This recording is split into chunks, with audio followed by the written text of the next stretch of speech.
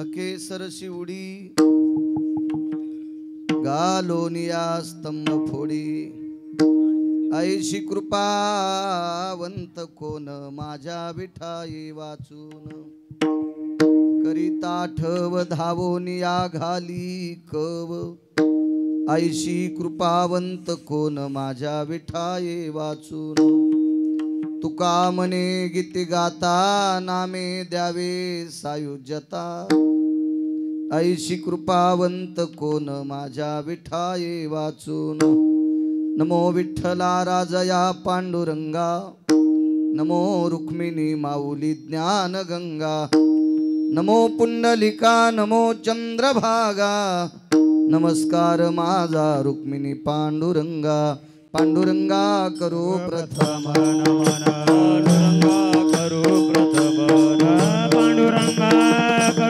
पांडुरंगा करू प्रथम नमन दुसरे चरण संताची त्यांच्या कृपादाने कथेचा विस्तारू बाबाजी सद्गुरु दास तुका मनोजवम मारुत तुल्य वेगम जितेंद्रियम बुद्धिमतां वरिष्ठम वातात्मजं वानरायुत मुख्यं श्रीरामदूतं शरणं प्रपद्ये नागेन्द्रहराय त्रिलोचनाय भस्मांगरागाय महेश्वराय नित्याय शुद्धाय दिगंबराय तस्मै नकराय नमः शिवाय शरदिंदु समाकारे परब्रह्म स्वरूपिणी वासरा पीठ निलये सरस्वती नमस्तुते विठ्ठल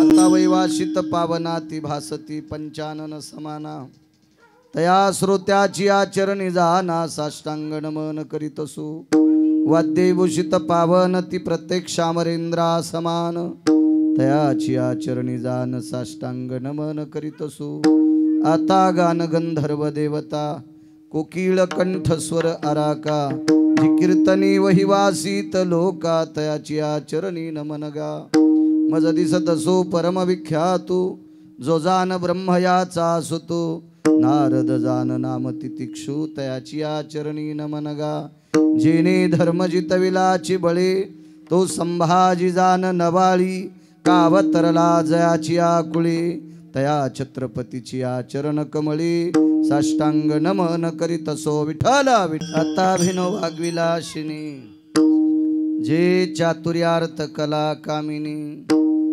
ते श्री शारदा विश्वमोहिनी नमिली मिया नदी दिव्य गोदा तटीचा विलाशी सदा प्रिय जो सज्जना वैष्णवाशी जयावरनिता प्रेमात्यंत चित्ता नमस्कार माझा श्री गुरु एकनाथा केसर शिवडी घालोनिया स्तंभ फोडी ऐशी कृपावंत कोण माझ्या विठाई वाचून प्रस्तुत प्राप्त प्रसंग निवडलेला अभंग विश्वमान्य विश्वभूषण विश्वाधिकार विश्वप्रिय चिन्मयी स्वरूप असणारी अधिकार संपन्न साधू श्रीमंत श्री जगद्गुरु तुकोबराय यांचा प्राप्त प्रसंगी निवडलेला अभंग विठाला प्राप्त प्रसंगी निवडलेला अभंग माझ्या देहूतील मालकांचा आहे। मालक ह्या अभंगाद्वारे पंढरीश पांडुरंग परमात्म्याचा दयाळूपणा सिद्ध करतात। काय मालक दयाळू आहे, काय कृपाळू आहे, काय कनवाळू आहे। आपल्या भक्ताविषयी जगाचा मालक हा त्याच्या अंतकरणातली दया मोजत असताना कर्मशीलपणा मोजत असताना विधात्याकडे पारडं नाही तराजू नाही एवढा हा भक्तासाठी खाली येतो। किती दयाळू आहे जगाचा मालक त्याचं मूर्तिमंत प्रकरण आजच्या अभंगाद्वारे देहूतले मालक पटवून देतात। विठाला दुनिया स्तंभ फोडी हाक मारल्याबरोबर धावत येतो। स्तंभ फोडणे म्हणजे काय? ज्या कामाकरता हाक मारली ते काम करून देणे इतिनाम स्तंभ फोडणं। असा कोण आहे? ऐशी कृपावंत कोण माझ्या विठाई वाचून। देहूतले मालक तुकोबराय सांगतात की तितकी कृपाळू जगात कोण नाही, तो विटेवरचा मालक आहे पांडुरंग परमात्मा। पुन्हा काय करतो? करिता ठव धावोनी आघाली कव। कव या शब्दाचा अर्थ मिठी आलिंगन आहे। त्याचं स्मरण केलं, त्याचं आठवण केलं, त्याचं ध्यान केलं की तो मिठी घालतो। त्याच्यासारखी मिठी विश्वात कोणीही घातलेली नाही। विठाला विठाळू मिठी तो जगाचा मालक घालतोय। पुन्हा काय करतो? तुका मने गीती गाता नामे द्यावी सायुज्यता. श्रीमंत श्री जगद्गुरु तुकोबाराय म्हणतात, त्याच्या नामाचे पवाडे गायले की 4 मोक्षापैकी एक अलौकिक मोक्ष आहे, तो सायुज्यता नावाचा मोक्ष आहे. हा सायुज्यता नावाचा मोक्ष ब्रह्मांडाचा मालक त्याचं गीत गायल्याच्या नंतर, म्हणजे त्याचं भजन केल्याच्या नंतर तो मोक्ष प्रदान करतो. हा साधा सोपा सरळ अभंगाचा अर्थ झालं. कीर्तन विठाला विठाला विठाला विठाला विठाला. हाका कोणी मारल्या? हाक मारणारी कोण होती? हाकेचा दर्जा असतो. हाका प्रत्येकाला मारा वाटतात. हाक मारणे या शब्दाचा अर्थ काम सांगणे. हाक मारणे या शब्दाचा अर्थ काम सांगणे. असं कोणी आतापर्यंत हाक मारली का, रे इकडे रे, तुला 500 रुपये मी देणार आहे, असं म्हणण्यासाठी एकानेही हाक मारलेली नाही. हाका तीच माणसं मारतात की ज्याला हाक मारतात त्याला काम सांगत असतात. आणि मला असं वाटतंय, हाक मारणाऱ्यांनी आपला दर्जा तपासला पाहिजे, आपली पात्रता तपासली पाहिजे, आपली योग्यता तपासली पाहिजे. माझ्याकडच्या भाषेत सांगायची झाली तर लायकी तपासली पाहिजे. आणि आपली जर त्या योग्यतेची लायकी असेल तर पुढच्या व्यक्तीला आपण हाक मारावा, हा विचारमंचातला पहिला प्रथम स्थितीतला प्रश्न आहे.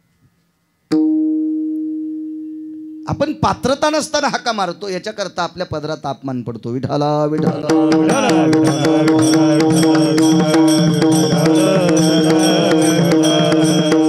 बाहेरच्या सृष्टीत जर बोलायचं झालं तर हे तर फार वावगे. रक्ताच्या नात्यात हाका मारण्यासाठी दर्जा लागतो. रक्ताच्या नात्यातल्या लोकांना जर हाका मारायच्या झाल्या तर त्याच्यासाठी आपल्याला सुद्धा त्या दर्जेदारपणात वागावं लागतं. आपण जर तशा दर्जात वागलो, वैभवात वागलो, अधिकारात वागलो, वैचारिक पातळी सांभाळून वागलो तर मग रक्ताच्या नात्यातली लोक आपली हाका ऐकतात. कधी कधी माणसं इतकी वितुष्टवादी वाटतात की जिच्यासोबत 7 फेरे घेतले, म्हणजे तिला आपण अर्धांगिनी म्हणतो, पत्नी म्हणतो, बायको म्हणतो, अशा बऱ्याच बायका आपल्या पतींच्या हाका ऐकत नाहीत. का? कारण यांची त्या योग्यतेची लायकीच नाही. विठाला विठाला. व्यवहार दृष्टीमध्ये रक्ताच्या नात्यामध्ये, ऋणानुबंधाच्या लोकांमध्ये जर दर्जा लागतो, लायकी लागती, योग्यता लागती, अधिकार लागतो, तर विश्वाच्या मालकाला हाक मारत असताना अधिकार किती लागेल कल्पना करा. अहो, हाका एखाद्याचं काम करत असताना माणसं स्वतःच्या प्रतिष्ठेचा विचार करतात. आपल्याकडे आहे तरी किती प्रतिष्ठा? वैचारिक पातळीची प्रतिष्ठा पाहिली तर आपल्याकडे किती असेल? अध्यात्माची प्रतिष्ठा पाहिली तर आपल्याकडे किती असेल? संपत्तीची प्रतिष्ठा पाहिली तर आपल्याकडे किती असेल? महाराज, या सगळ्या द्यायची लायकी ज्याच्या ते त्याला जगाचा बाप म्हणतात. याच्या पलीकडचा सोपा जर अर्थ सांगायचा झाला, तुमच्या आणि माझ्या मधातला एवढ्या लोकांमधला जर विचार एकमेकाशी संलग्न करायचा असेल तर देखवी ऐकवी एक नारायण तयाचे भजन चुकून, हे त्याची सर्व दळणवळण क्रिया करायची ताकद त्याच्या हातात आहे. मी नेहमी सांगत असतो, असं एकही कीर्तन नसेल की त्या कीर्तनात मी हे वाक्य वापरलं नसेल. मालक कोणाला म्हणायचं असतं, तुम्हाला आणि मला इथं किती दिवस ठेवायचं आणि कोण्या दिवशी मशानभूमीत नेऊन पेटवायचं. कारण तुमच्याकडे आता मळे कुठून आले साहेब? आपल्या खेड्यापाड्यात मळे असतात, तिकडे खेड्यापाड्यात मळ्यानं पीठ ठोकून देतात माणसाला. मग तुमच्याकडे शहरात मशानभूमीच म्हणावं लागेल. तुम्हाला आणि मला इथं किती दिवस ठेवायचं आणि कोण्या दिवशी मशानभूमीत नेऊन फुकायचं, हे ज्याच्या हातात आहे त्याला जगाचा बाप म्हणतात. विश्वाची सत्ता ज्याच्या हातात आहे त्याला जगाचा. अहो, एवढी सत्ता, एवढी सत्ता. मग एवढं वैभव असताना त्यानं काम ऐकावं, दर्जा किती लागल? वृक्षाचे पान हले ज्याची सत्ता, राहिली हंता मग कोठे. झाडाचं पान ज्याच्या सत्तेशिवाय हलत नाही त्याला जगाचा बाप म्हणतात. तुझ्या सत्तेने वेदाशी बोलणे, सूर्याशी चालणे, तुझ्या बळे ऐसा तू समर्थ ब्रह्मांडाचा धनी. सूर्याचा प्रकाश त्याच्या कृपेने आहे, चंद्राचा प्रकाश त्याच्या कृपेने, वेद त्याच्या कृपेने. निरांजन भय सकल सुधा मिमकृतुजन भय जायन्ते, वेदम शृणीतति पुनंत भयो, शास्त्रमतितार्थाति जायो. निरंजन भय व्याप सुधा, निरंजन भय व्याप सुधा, निरंजन भय व्याप सुधा. वेद शास्त्र पुराण ज्याची आरती करतात तो जगाचा बाप आहे. आणि तो हाक मारल्याच्या नंतर संतांच्या कामाकरता तो धावत येतोय, उडी घालतोय. स्तंभ फोडणे म्हणजे ते कामच करून देतोय. असं मूर्तिमंत प्रकरण तुकोबाराय नमूद करतात. विठाला विठाला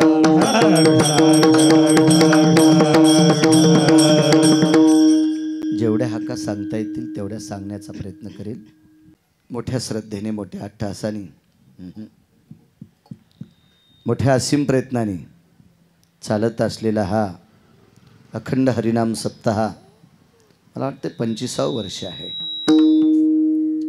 या मायापुरीमध्ये अर्थाच्या सूत्राचं अधिष्ठान जिला म्हणतात ती ही मुंबई आहे.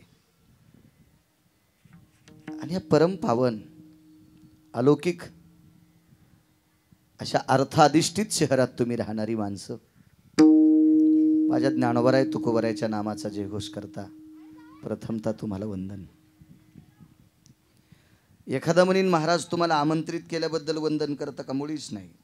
तो माझ्या रक्तात गुण पण नाही, येणार पण नाही. एवढ्या धकाधकीच्या कालामध्ये मला असं वाटतंय उळीक साहेब रविवार असल्यामुळे थोडंसं काच बऱ्यापैकी हे शहर शांत आहे. नाही तर आम्हालाही 1-1.5 तास शिल्लक लागला असतं यायला. मला असं वाटतं तुमच्या शहरातल्या गाडीच्या टायरला सुद्धा नाही फिरल्या वाटत नसेल मी टायर आहे म्हणून. त्याला पण वाटत नसेल की मी टायर. एका दिवशी आज गाडी जर बाहेर निघली नाही ना ते म्हणतच नसेल मी टायर आहे म्हणून. ते म्हणत असेल मी आज दगड आहे. म्हणजे निर्जीव गाडीच्या टायरला सुद्धा रोज भ्रमंती करण्याची सवय. एवढं मोठं बिजी शहर, इंग्रजीत बोलतोय, व्यापक शहर. आणि तेवढ्या मोठ्या व्यापात तुम्ही धर्मासाठी वेळ काढला. पुनश्च तुम्हाला प्रणाम करतोय. ते बाळासाहेबजी तुपे महाराज आदरणीय त्या साहेबांकडे खूप मोठा त्यांचा आग्रह फार दिवसापासून होता. आणि त्यांची इच्छा होती गिरगावकरांनी आपल्याकडे यावं. तुपे महाराजांचा आध्यात्मिक क्षेत्रामध्ये ज्यांची गोडशी वर्णी आहे असे आदरणीय हरिभक्तीपरायण गुळीक साहेब डिपार्टमेंट क्षेत्रामध्ये आहेत ते. चला पण मूळतः अगोदर ते वारकरी आहेत. वारकरी आहेत कारण आधार कोणालाही येत नाही. आणि आधार आलेलं कधीच टिकत नसतं. कधीच टिकत नसतं. कधीच टिकत नसतं. एकदा एखाद्या भिंतीचं प्लास्टर पडलं ना त्याला कुठलंही केमिकल लावून त्याला जोडा ते तितका चट्टात दिसतो. ते थिगळत दिसतंय तुम्ही. हो, किती शहाण्याबाईनं पातळ शिव द्या ते शिवल्यासारखंच वाटतं. ते मुळातलं मुळातच असतं. खरं तर अगोदर पिंड त्यांचा वारकरी आहे. कारण वस्तुस्थिती वर्णन करणं मला गोडसं वाटतं की ज्या घरामध्ये तिन्ही सांजाला हरिपाठ होतोय ते घर वारकऱ्याचं असते. आम्ही बैठकीत आपण सगळी बसले असताना हे चिमुकला हरिपाठ घेत होतं. महाराज डिपार्टमेंट क्षेत्रामध्ये ज्या घरातली लोक हरिपाठ करतात भव्य दिव्य अशी पांडुरंगाची प्रतिमा घरात आहे. ते घर नसून ते वैष्णवांचं सदन आहे. आणि अशा पवित्र सदनात गिरगावकराला जाण्याचा योग आला. माझं परम भाग्य. विठाला विठाला विठाला विठाला.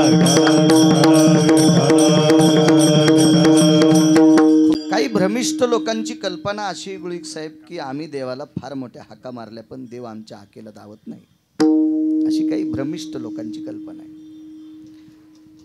त्यांना एक वाटत नसेल का देवाला आपण हाका मारतो पण देवाने आपलं काम ऐकावं अशी लायकी आहे का आपली? आपला तो दर्जा आहे का? आपण वैचारिक पातळी सांभाळली का? आपण या विश्वात कशा करता आलोत याचं तरी आपल्याला भान आहे का? आणि हे भान हरपलेल्या माणसांनी देवाला काम सांगावा आणि देवाना ऐकावा. माझ्या भाषेत सांगेल त्याच्या गोळ्या संपल्यात का? कोणाच्या सांगायलो का? देवाच्या. तो वेडा आहे का? तो पागल आहे का? त्याला काही कळत नाही का? अहो ज्यांना काहीच कळत नाही ती काम ऐकत नाहीत तर त्याला किती कळतं याचा विचार करा ना तुम्ही. देव चतुर जाणून अंतर वर्त तसे किंवा चतुरा तो शिरोमणी गुण लावण्याची खाणी मुकुट सकळा मणी धन्य तुझी विठोबा. बऱ्यापैकी पुस्तकं पाठ करून गुळीक साहेब तुम्ही अधिकारी झाले पोलीस डिपार्टमेंटमध्ये. साहेब तुम्ही शेलटेक क्षेत्रामध्ये अधिकारी झाले. तुम्ही जरी हुशार असाल पण तुमच्यासारख्या हुशाराला जनजन्माला घातले तो किती हुशार असेल याचा विचार करावा लागेल की नाही? मलाही वाटतंय मी पोलीस डिपार्टमेंटमध्ये अधिकारी व्हावा, वर्दी घालावा. मलाही वाटते तुमच्यासारखा अधिकारी व्हावा, मलाही वाटतंय मस्के महाराज तुम्ही सुद्धा एक ऑफिसर होऊन गेले, मलाही वाटतंय. पण विश्वाच्या मालकाने टाकलेलं एक मेमरी कार्ड आहे, एक छोटंसं कार्ड आहे, चिप आहे. ती चिप त्यानं टाकलेली आहे. मग किती लोकांच्या याच्यात चिपा टाकल्या त्याचा विचार करा, आणि त्याच्याकडे आहेतच किती याची कल्पना करा. तो किती किती मोठा आहे, किती मोठा आहे. चतुर आहे देव. तो कसं कोणाचंही काम ऐकल. एखाद्या व्यक्तीनं आपली जर फसवेगिरी केली तर आपण त्याचं पुन्हा काम ऐकत नाही एक, आणि जवळच्या लोकांना सांगतो हा नालायक आहे, याचं काम ऐकत जाऊ नका, सांगतो दोन. आपण त्याचा प्रचार करतो, हा मूर्ख माणूस आहे. मग विचार करा, आपण जर एवढे बुद्धीने विचार करतो, मूर्खांचं, नालायकाचं, धर्मद्वेषी लोकांचं काम ऐकायचं नाही. आता त्यानंच जन्माला घातले, तो तर विचारच करत असेल, ह्या मूर्खाला आपण कशाला उंच न्यायचं. मग काही बऱ्यापैकी माणसं म्हणतात आम्ही हाका मारतो पण आमचं काम ऐकत नाही, आमच्या हाकेला ओ देत नाही. अरे हाकेला देवानं ओ द्यावा याच्याकरता त्याच्या हृदयात जावं लागतंय. त्याच्या हृदयात जाणं म्हणजे त्याचं भक्त होणं, संत होणं. संत म्हणायचं कोणाला? तेची संत, तेची संत, तेची संत, तेची संत, तेची संत, तेची संत, हेत विठ्ठले ज्यांचा हेत विठ्ठले, ज्यांचा हेत विठ्ठले, ज्यांचा हेत विठ्ठले,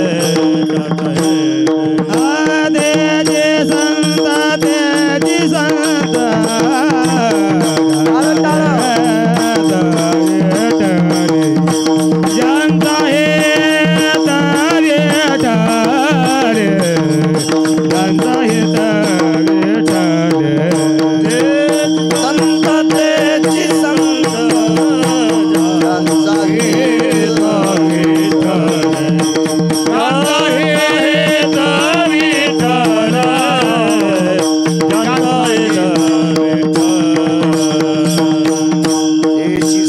तेची संत, संत ज्यांचा हेत विठ्ठली. महाराज अविरत ज्यांचं अंतकरण देवाविषयी झुरतय त्यांचं काम करेल ना, ते कोणाचं कसं करेल? किंवा विषय तो त्यांचा नावडे जनधन माता पिता, या लोकांची काम ऐकत आहे, ती कोणाची ऐकत नाही. महाराज त्याला आवडलेल्या माणसांची हाक मारल्यावर काम ऐकतोय, काही नवल नाही, काही नवल नाही. त्याला आवडणाऱ्या लोकांची नाही हाका मारले तरी काम करतोय, नाही हाका मारली तरी काम करतोय. एक मुद्दा मांडतो तुमच्या पुढे आठवला म्हणून. एका घरामध्ये 14 माणसं झोपलेली आहेत.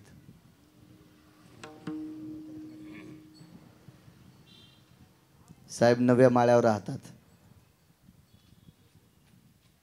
साहेब ते घर माळा नव्हतं, झोपडं होतं.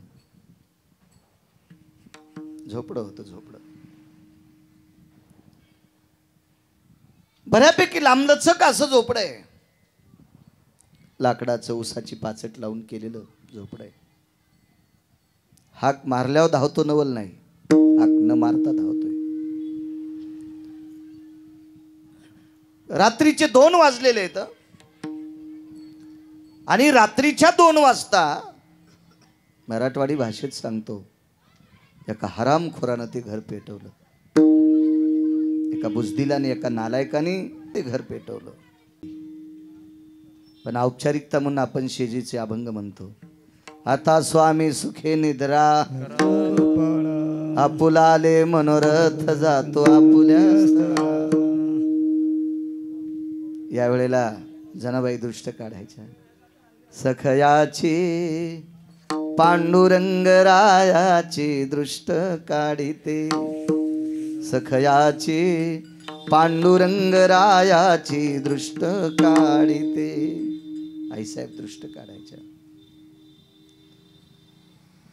औपचारिक भूदेव लोक त्यावेळेला शेजीची मंत्र म्हणायचे. आरुढवती शेजायाम निशिकाला भयस्थितायाम शयनस्तु शयनस्तु शयनस्तु नारायणा, मंत्रोच्चार करायचे अशी लोक.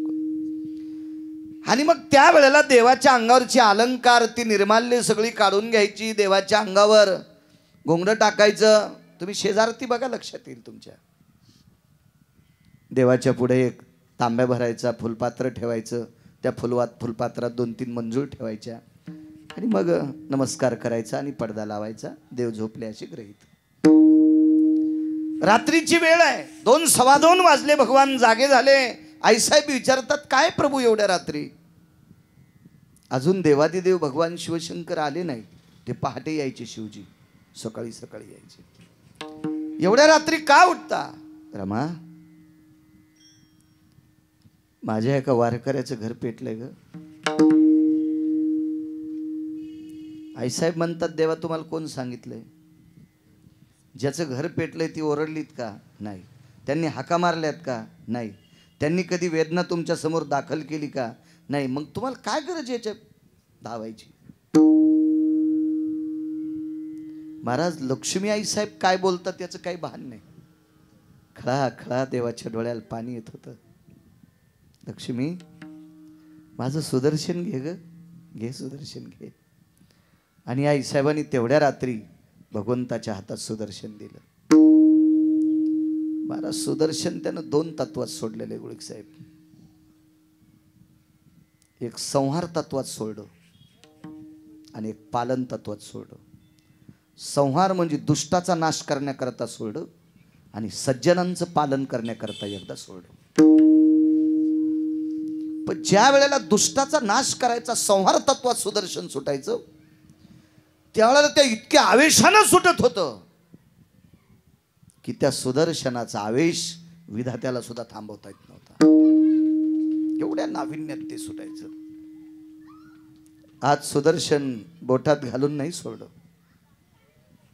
सुदर्शन हृदयाला लावलं आणि त्या सुदर्शन चक्राला सांगितलं, बाळा जा रे जा, माझ्या वारकऱ्याचं घर पेटलं रे, बघ तू किती संकट निवारण करता येईल तू निवारण कर, जा बाळा आणि सोड सुदर्शन.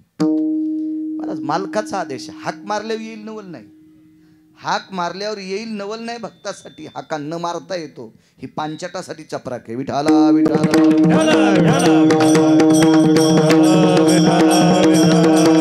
संप्रदायामध्ये भ्रष्टगिरी करणाऱ्या लोकांसाठी चपराक आहे. एक जण म्हणे, संतांकडे म्हणे चमत्कार असतात. संतांकडे नुसते चमत्कार नाही, संतांचं जीवनच चमत्कार आहे. तू काय त्यांच्या चमत्काराची विचार करतो? तुझी लायकी आहे का पांचटा? संत संत आहेत. संतांकडे चमत्कार घडतात, चमत्कार होतात असतात हे सोडून द्या. संतच चमत्कार आहेत. वाल्याने किती माणसं मारले तुमच्या डिपार्टमेंट मध्ये लिहिता येईल? कारण रामायणात नाही ती आरती तुमच्याकडे कुठून लिहिता येईल साहेब? तुमच्याकडे गुन्हेगारी नोंद असती. याने एवढी माणसं मारले, यानं असं असं केलं, यानं इथं चोऱ्या केल्यात, या सगळ्या गोष्टी असतात. वाल्याने माणसं मारली इतकं माहिती आहे, पण किती मारले भारतातल्या रामायणकारानं सांगायचं नाही. भारतातल्या बोलतोय बरं का मी, भारत देशातल्या रामायणकारानं सांगायचं नाही. बाकीचं काय गरज आहे आपल्याला? फुकट कळण शेंडी वळवळ कशाला इचकायचं दुसऱ्याचं? आपण काही गरज आहे का आपल्याला त्याच्याहून? नाही सांगू शकत कोणी इतकी माणसं मारली. मग एवढी माणसं मारून सुद्धा विश्वाचा मालक त्याच्या लेखणीत थांबावा. केले रामायण सामान्य चमत्कार आहे. याच्या पुढे कोणता चमत्कार दिसेल तुम्हाला सांगा बरं? ज्यानं एवढी माणसं मारली त्या वाल्याचे वाल्मिक झाले, वाल्मिकाचे वाल्मिक ऋषी झाले आणि वाल्मिक ऋषीचे महर्षी वाल्मिक झाले. आणि त्यांनी जसं लिहावं तसं पंढरपुरातला मालक 7व्या अवतारात त्यांच्या लेखणीत वागला. याच्या पलीकडचा चमत्कार कोणता आहे? चमत्कारच इथं नमस्कार करतोय. हे संतांचं जीवन आहे. विठाला विठाला.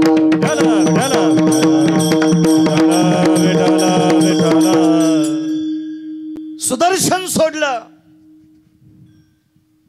झोपडं कळतंय सगळ्यांना. गोठा झोपडं कळतंय, पर्णकुटी कळतंय, झोपडं कळतंय. झोपडं पेटल्याच्या नंतर इस्तू कुठं पडत असतो? खाली. वा. घरातल्या कोण्याही माणसाला झोपडं पेटलेलं साहेब माहिती नाही. सुदर्शनानं सूक्ष्म जागा काढली आणि सुदर्शन आतमध्ये घुसलं. सुदर्शन 2 तत्वानं फिरत होतं. वरच्या भागावर पडलेला विस्तू फिरून बाजूला फेकत होतं आणि वरच्या 6 फुटावरचा अग्नी खालच्याला त्रास होऊ नये याच्याकरता खालच्या बाजूने वारं घालीत होतं. खाली झोपलेली होती नामदेवराय, राजाई, गोनाई, जनाबाई, दामूशेटी, ही 14 लोक त्या घरात आराम करत होती. रात्रीचा प्रसंग, 2 वाजलेली होती, रात्रीचा प्रसंग. सूर्याचं बिंब किती उंच आहे, एवढं उंच असून आपल्याला एसी लावा लागते, फॅन लावा लागतो.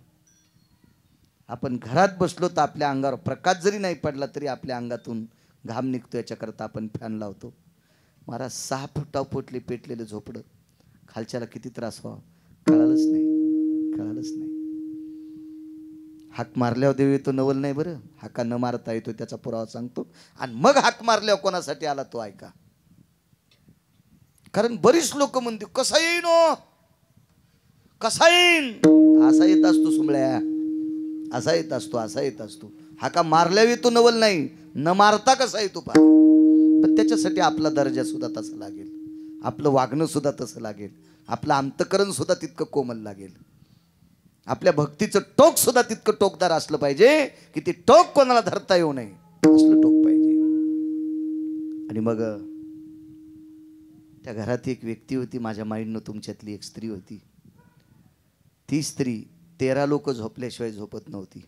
वाक्य नीट ऐका, 14 लोकांचं कुटुंब होतं. ती स्त्री घरातले 13 लोक झोपल्याशिवाय झोपत नव्हती आणि 13 उठायच्या अगोदर उठत होती. 13 झोपल्यावर झोपत होती आणि 13 उठायच्या आधी उठत होती. अशी स्त्री होती, तिचं नाव होतं जनाबाई. काय अधिकार असेल त्या माऊलीचा. विश्वाचा मालक तिच्या ताटात जेवत होता. नामयाची जनी कोणती भाव, जेवी पंढरी रावती सवे. जगाचा बाप जेवायचा. आणि त्या जनाबाई उठलेल्या आहेत. पाहला आकाशाकडे तर चांदण्या, चंद्र, पूर्ण आकाश प्रपटल दिसत आहे. तसं नामदेवरायच्या घरातून चांदण्या दिसत होत्या, मी सांगत नाही. केळीवरी नारळी घर चंद्रमोळी, जानत शियाळे नामयाची. चंद्रमोळी घर होतं. चंद्राचा थोडासा साजूकसा प्रकाश दिसायचा, कधी चांदण्या दिसायच्या. फाटकं तुटकं घर होतं ते, छप्पर एवढं काही चांगलं नव्हतं, पण पूर्ण आकाश दिसेल असं कधीच नव्हतं. जनाबाईनं असं पाहिलं, आकाश दिसते. जनाबाईच्या तोंडातून एक वाक्य पडलं, आईसाहेब. गोनाबाईला त्या माय म्हणायच्या, कधी आईसाहेब म्हणायच्या. आईसाहेब. काय जना, आईसाहेब आमच्या घरातून सगळं आकाश दिसतंय आज. काय वेडी आहेस की काय जना तू. आकाश दिसण्यासाठी आपलं झोपडं उडून जाणं गरजेचं आहे. आणि उडाला असतं तर वारं सुटलं असतं, कडकड आवाज झाला असता. झोपडे उडत असते. वारा पाणी मुसळधारा, वारा पाणी मुसळधारा, तेने मोडिले छपरा. अति पावसाने वारा आल्याच्या नंतर ते छपर मोडून जाते. पण आज तसं झालं नाही ना. पाऊसही धोधो आला नाही, वाराही सोसाट्याचा सुटला नाही. आणि कशी म्हणते ग तू जना. आता हे बोलणं काय मी बोलतो इतक्या जोरात थोडंच असेल, साजूकस नाही ग जना. वारं सुटलेलं नाही, पाऊस आलेला नाही, कस काय झोपडं उडेल ग. माय माय, माझ्या डोळ्याला पूर्ण आकाश दिसते, त्याच्यातल्या पूर्ण चांदण्या दिसतात. तोंडावर पदर होता गोनाबाईच्या. तो पदर असा बाजूला केला आणि पाहिला आकाशाकडं. तो आश्चर्याचा धक्का बसला आणि उठून बसल्या. तोंडातून एक शब्द पडला, अहो अहो ऐकलत का. अहो म्हटल्या, मालक म्हणल्या, धनी म्हणल्या. त्या म्हणल्या नाही, विवेक हे जीवन, हे पहारे आपला छत उडून गेला रे जीवन, हे अनिरुद्ध, असं नाही म्हटली. त्या गोनाबाई होत्या, त्या गोनाबाई होत्या. अहो ऐकलत का मालक, आपला निवारा निघून गेलाय. दामूशेठी उठले, पाहिलं. श्री विठ्ठल श्री विठ्ठल श्री विठ्ठल. नुसतं पाहिलं नाही तर बाजूला अग्नीचे निखारे होते. खळखळा डोळ्यातून पाणी आलं. नामा, ए नामा, जी बाबा, जी जी बाबा. ज्याचा मुलगा बापाला इतका आदरानं बोलतोय ना, त्यानं म्हणायचं मी स्वर्गात आहे. त्यानं म्हणायचं मी स्वर्गात आहे. आणि जे मुलं आईवडिलाचा आदर करतात ना, त्यांना म्हणायचं मी माणसाच्या जन्माला आलो. जे मायबापाचा आदर करत नाहीत का, मी शरीर जरी माणसाचा असेल पण आतला आत्मा माझा रानडुकराचा आहे. विठाला विठाला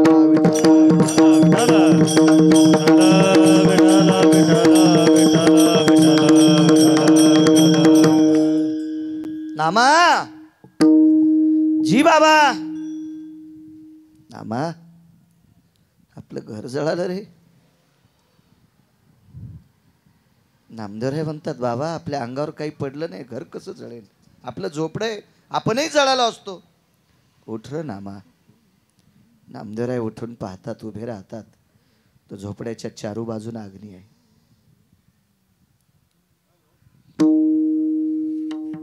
राजाबाई जवळ आल्या.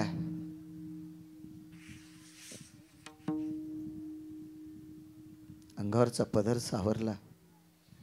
सासूबाईच्या पुढ्यात बसल्या आणि सासूबाईला विचारलं, आत्याबाई आपलं घर कोण पेटवलं असेल? कोण पेटवलं आपलं घर? 2-3 वेळेस तोंडातून शब्द पडला. गोनाबाई रडत होत्या, दामू शेट्टी रडत होते. पुन्हा सासरेबुवांकडे तोंड केलं आणि विचारलं, मामांजी आपलं घर कोण पेटवलं असेल? बोलत नव्हते दामू शेट्टी. पुन्हा एक आवाज टाकला, मालक. नामदेवरायला बोलत होत्या, मालक आपलं घर कोण पेटवलं असेल? कोणी बोलत नव्हतं. जनाबाईच्या लक्षात आलं ही माणसं बोलत नाहीत. जनाबाईनं राजाबाईला मालकीन शब्द वापरला. मालकीनबाई आपलं घर कोण पेटवलं हे विचारण्यापेक्षा एक विचार करा, आपल्याला जळत्या अग्नीतून कोण वाचवलंय याचा विचार करा. मालकीनबाई आपल्याला कोण वाचवलंय? सगळ्यांची अंतःकरण पाण्याने डबडबली आणि नामदेवराय स्वतःहून देवाकडे एक डोळे झाकून विनंती केली, देवा एवढ्या रात्री आम्हाला वाचवलंस रे, एवढ्या रात्री, एवढ्या रात्री.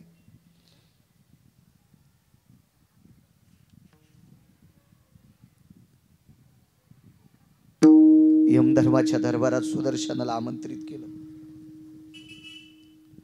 यमधर्माच्या दरबारात सुदर्शनाला आमंत्रित केलं. सुदर्शन म्हणजे चक्र. आमंत्रित केलं आणि त्या सुदर्शनाला देवाचे काही भाव विचारले की तू ज्या मालकाच्या बोटात राहतोस त्या मालकाच्या काही कथा सांगतो का आम्हाला, त्याचे काही चरित्र सांगतोस का? तर सुदर्शन चक्र बऱ्यापैकी संतांचं देवाचा भाव, संतांवरचं प्रेम सांगत असताना सुदर्शन बोलत होतं. पण ज्या वेळेला नामदेवरायचा प्रसंग सांगत होतं त्यावेळेला सुदर्शन रडत होतं. सुदर्शन रडत होतं. तर यमधर्माने प्रश्न केला, को रुदंती भवा सुदर्शन, हा हे तू कशा करता रडतो रे? ऐका म्हणे यमधर्म महाराज, नामदेवरायच्या घरी काही काम पडल्याच्या नंतर सगळी माणसं झोपलेली आहेत. सगळी माणसं झोपलेली आहेत. साहेब झोपलेली हाका कशी मारतील? मारू शकत नाहीत. आणि झोपलेली हाका मारित नाहीत.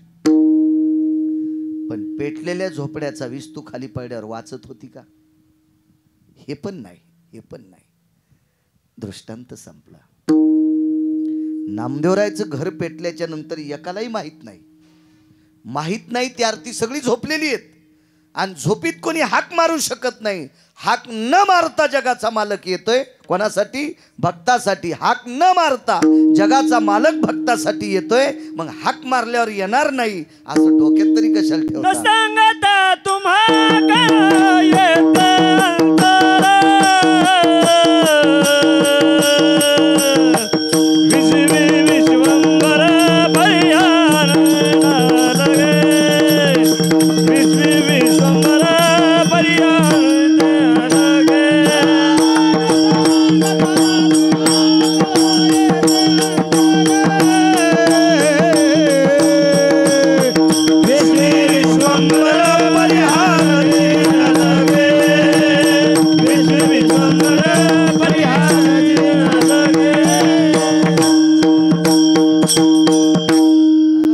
सांगता जर काम करत असेल तर हाक मारल्यावर का करणार नाही? बऱ्यापैकी लोकांनी हाका मारल्या. तुमच्यातली एक स्त्री जेवायला वाढीत होती.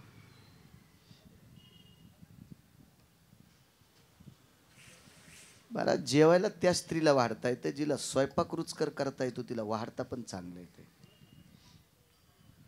कसा सुगंध होता स्वयंपाकाचा मगाशी, आम्ही खाल्ला, तुम्ही नुसता पाहिला.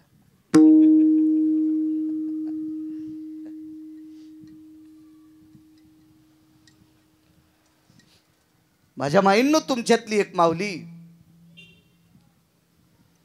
बऱ्यापैकी लोकांना वाढत होती.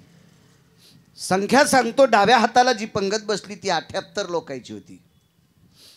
मी एकही शब्द वाचिल्याशिवाय कधीच बोलत नसतो, मला आवडत सुद्धा नाही. वारकरी संप्रदायातल्या वक्ताने आधारा वाचोनी काय सांगशी कहाणी.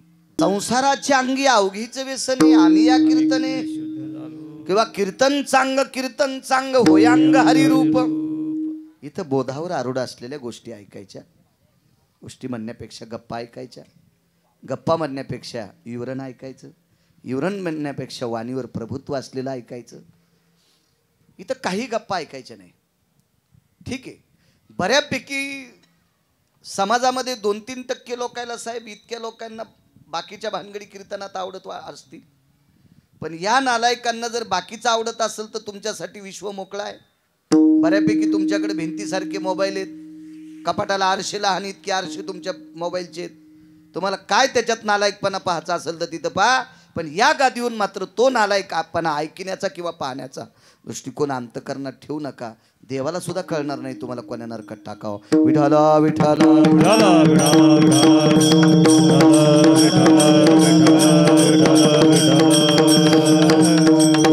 कीर्तन करमणूक मनोरंजन ह्याचं साधन नाही. मनाचं भंजन करणे, मनाचं भंजन करणे त्याचं नाव कीर्तन आहे. मनोरंजनासाठी खूप साधन आहेत ना, खूप साधन आहेत. एका घरी गेलो, जेवढी भिंत तेवढा टीव्ही होता. घराची जेवढी भिंत का तेवढा टीव्ही होता. ते म्हणे बातम्या पाहायच्या का? म्हणलं तुमच्या इथं टीव्ही? ते म्हणे हा टीव्हीचे, त्याला बटणं, त्यानं डोळे मिचकिल्याबरोबर टीव्ही चालू झाला. म्हणजे त्या टीव्हीचं सेन्सर आणि त्याच्या डोळ्याचं सेन्सर एक केलं त्यानं. ते मिचकिल्याबरोबर चॅनल बदललं. पहा दुनिया कुठं बोंबलत गेली, पहा ना कुठपर्यंत विज्ञान गेले, कुठपर्यंत. बघ म्हणलं याच्यावर तुला काय बघायचं असेल तर. कीर्तनावर मात्र बोधावर आरूढ असलेले चिंतन श्रवण करायचे. 78 लोक डाव्या पंक्तीला आहेत, उजव्या पंक्तीला 36 लोक आहेत. म्हणजे वाढणारी माऊली अशी चालते, तिच्या डाव्या हाताला 78 आहेत, उजव्या पंक्तीला 36 लोक आहेत. 78 लोकांपैकी 2 लोक जर सोडून दिले ना तर सगळी नालायक आहेत. बाईकडं तूप वाढायचं काम आलतं. पात्र एक जण टाकून गेला, भात एक जण वाढून गेला, भातावर वरण एक जणानं वाढलं आणि बाई तूप वाढीत होत्या. तूप वाढायसाठी गुडघ्या इतकं बकेट होतं आणि मोठा तांब्या होता उजव्या हातात. तो तांब्या बकेटात बुडवायचा आणि भातावर तूप वाढायचं. ज्याला जेवढं लागेल तेवढं. ते काय वाहून जा पुरतं वाढीत नव्हती. तुम्ही काय असं हापकू नका. ती काय इतकी इडी होती का घर भिजवायला भरवायला कशी वाढेल? तुम्हाला जेवढं आवडेल तेवढं, फक्त वाढायला औदार्य संपन्न स्त्री होती ना साहेब. ती तांब्या होता तिच्याकडे अर्धा किलोचा, ती भरून घ्यायची तुपानं आणि ते भात भिजेल इतकं तूप वाढायची. कोणाला आवडत नसेल कमी वाढायची, कोणाला भात भिजूनही थोडंसं आवडत असेल तेवढं वाढायची. कमी नव्हतीच ना तिच्याकडं. ती एका राजघराण्यातली स्त्री होती ना, आणि तो असा राजघराणा नव्हता ना आपलंच घर भरणारा. नाही, असा राजघराणा नव्हता ना तो आपलंच घर भरणारा. घरी आल्याच्या नंतर प्रत्येकाचं उदर भरल असा विचार करणारा राजघराणा होता. आणि मग ती तूप वाढलं तिनं 2-4 लोकांना. 5व्या-6व्या व्यक्तीला तूप वाढत असताना तिच्यावर एक घोर संकट आलं. ते संकट म्हणजे तिच्या चोळीचं बेरडं सुटलं. कळणार नाही काही काही मावल्यांना जुन्या एखाद्या माऊलीला लक्षात येईल चोळीचं बेरडं काय असतं. कारण तुमच्या काळामध्ये या बटनाचे ब्लाऊज आले, चेनचे ब्लाऊज आले, त्याच्यामुळे यांना बेरडं काय कळणार आहे. तुम्हाला जर बेरडंच कळायचं असेल तर माझ्या साध्वी जनाबाईचं ओरिजिनल चित्र पहा, साध्वी मुक्ताई साहेबांचं, आदिशक्ती मुक्ताई साहेबांचं ओरिजिनल चित्र पहा. त्यांना गाठीची चोळी असायची. आणि तुम्हाला बघायचीच असेल तर खेड्यामधली जुनाट माऊली पहा, जुनी जुनी फार, तिला सुद्धा गाठीची चोळी असायची. चोळीला गाठी 2 आणि 2 नंबरची गाठ सुटली. 1 नंबरची गाठ सुटल्याच्या नंतर चोळीचं फालकं कसं राहील ते, तिला 2 पालके असतात. अहो चोळी ही कोणा टेलरला शिवता येत नाही. 900 रुपये शिलाई एका ब्लाऊजची आहे. चोळीची शिलाई फक्त 15 रुपये. पण गाजलेल्या टेलरला चोळी शिवता येत नाही, कारण तिला लाग भरणं हे चांगल्या चांगल्या टेलरला कळत नाही. लाग असा करडीसारखा टोकदार असतो आणि ते त्याला कळत असतं कसं भरायचं म्हणून. ते एखाद्या वेळेस 2-2 हजाराचे मनी लावीन त्या ब्लाऊजला, पण लाग नाही भरता येत. ह्या चोळ्या शिवणारे ठराविक टेलर होते. विठाला विठाला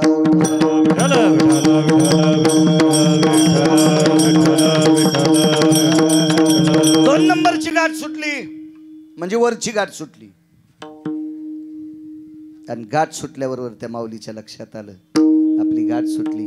डाव्या हातात तुपाचं बकीट आहे, उजव्या हातात तुपाचा तांब्या आहे. पण बाईनं तो तांब्या त्या बकिटात टेकल्याबरोबर एका हरामखोर व्यक्तीनं पाहिलं. त्या व्यक्तीचं नाव होतं साहेब इनमक. पुराण पहा, लक्षात येईल तुमच्या. कधी नाव ऐकलेलं नसेल, कारण हा तुमचा दोष नाही ना, हे आमचे पाठ करीत नाहीत याच्याकरता तुम्हाला ध्यान होत नाही. विठाला विठाला विठाला विठाला विठाला पाहुणी ग्रंथ करावे कीर्तन.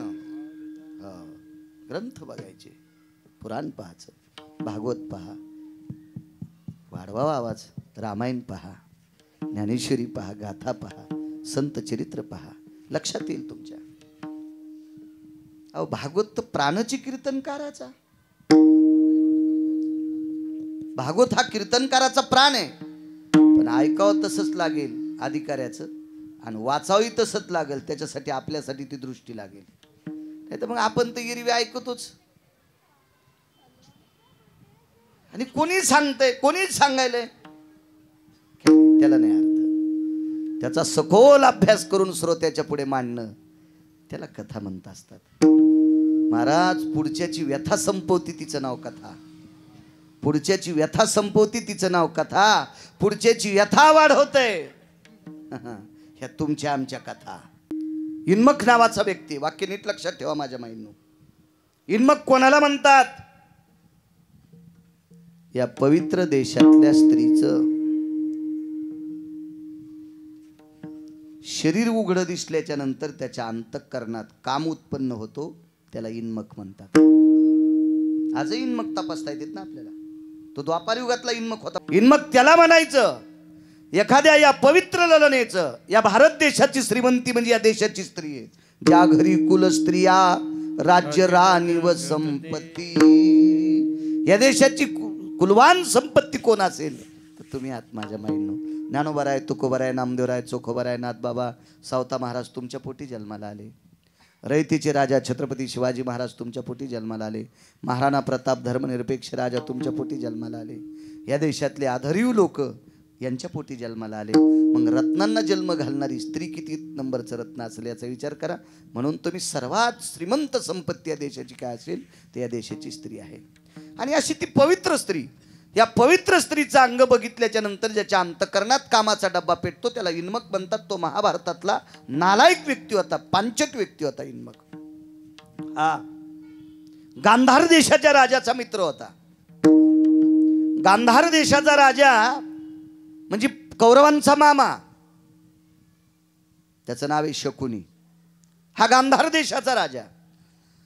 आणि आवाज दिला राजे, म्हणजे डोळ्यानं खुणवलं. आणि शकुनीनं पाहिल्याबरोबर त्याच्या बाजूला त्याचा भाचा बसलेला होता. तो दुर्योधन होता. दुर्योधन मुळता वाईट नव्हता. दुर्योधन मुळात वाईट नव्हता. दुर्योधन वाईटाच्या संगतीत गेल्या वाईट झाला.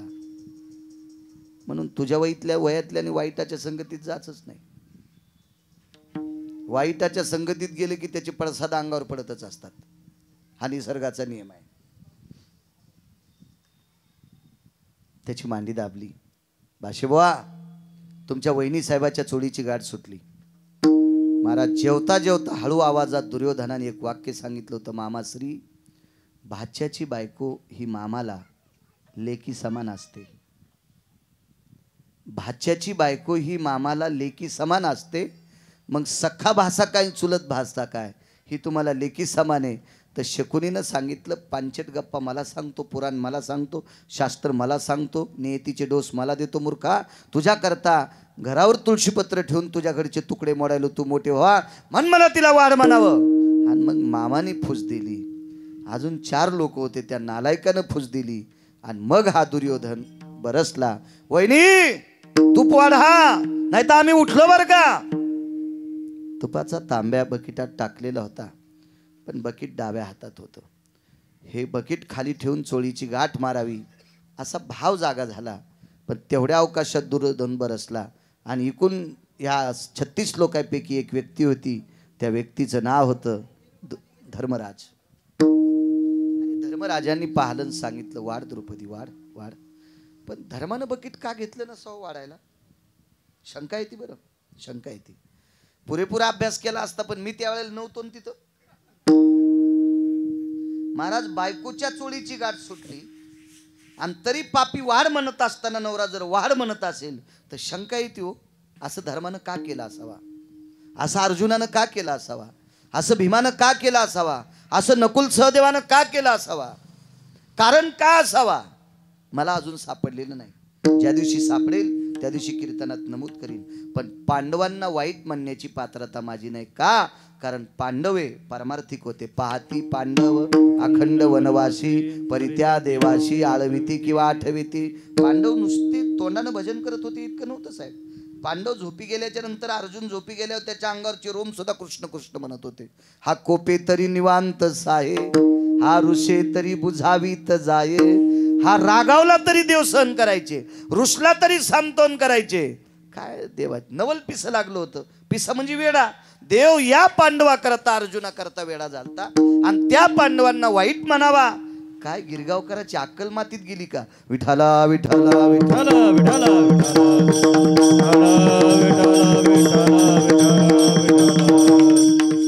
धर्माने वाढायला सांगितलं.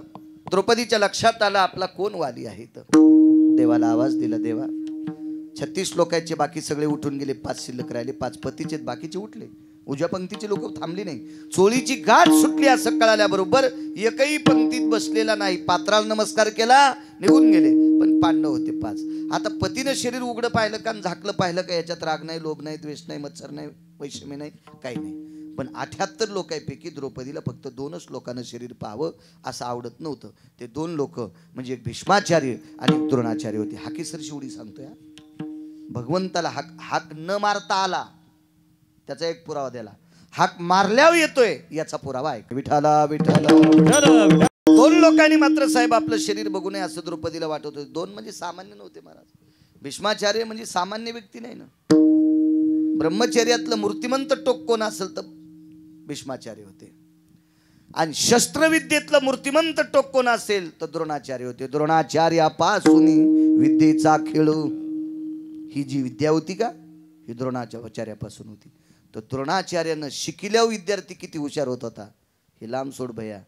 द्रोणाचार्याचा मातीचा पुतळा केला या देशातल्या लाहोर चित्र सशी रांडुकर धरणाऱ्याच्या पोरानं. तो एकलव्य होता भिल्लपुत्र. श्री गुरुचेनी नावे माती डोंगरी जयापाशी होती, त्याने कुळीये त्रिजगती एकवद केली. तर साहेब जगात 3 नंबरचा विद्यार्थी झाला. 1 नंबरचे राजा दशरथ, 2 नंबरचे द्रोणाचार्य आणि 3 नंबरचा एकलव्य. अर्जुन नाही बरं, 3 नंबरचा एकलव्य. 3 नंबरचा एकलव्य कोणाकडे पाहिलं होतं? मातीचे द्रोणाचार्य, मातीचे द्रोणाचार्य. काय महाराज ताकद असेल या लोकांची, काय भीष्माचार्यांचा अधिकार असेल. इथं मात्र माझी एक शंका आहे की भीष्माचार्य आणि द्रोणाचार्य चोळीची गाठ सुटलेल्या, तूप वाढत असलेल्या पंक्तीत का बसले? तर महाभारतातल्या एका श्लोकाचा एक एक एक उत्तरार्धातला थोडासा तुकडा आठवला. तो घरी गेल्यावर श्लोक वाचा.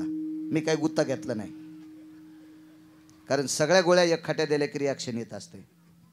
म्हणून कोणताही डॉक्टर सांगतो एक आता घ्या, एक दुपारी घ्या, एक संध्याकाळी घ्या.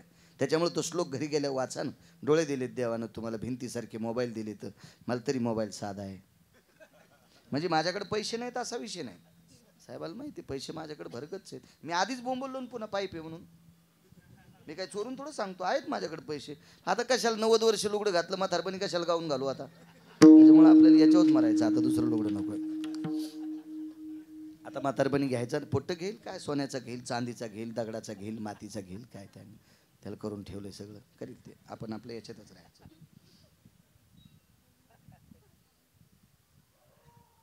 शंका आली, त्या श्लोकातला एक अर्धा तुकडा आठवला आणि द्रौपदीनं सांगितलं, देवा फक्त या 2 लोकांना शरीर उघडं पाहू नये, बाकी 78 पैकी 2 सोडे.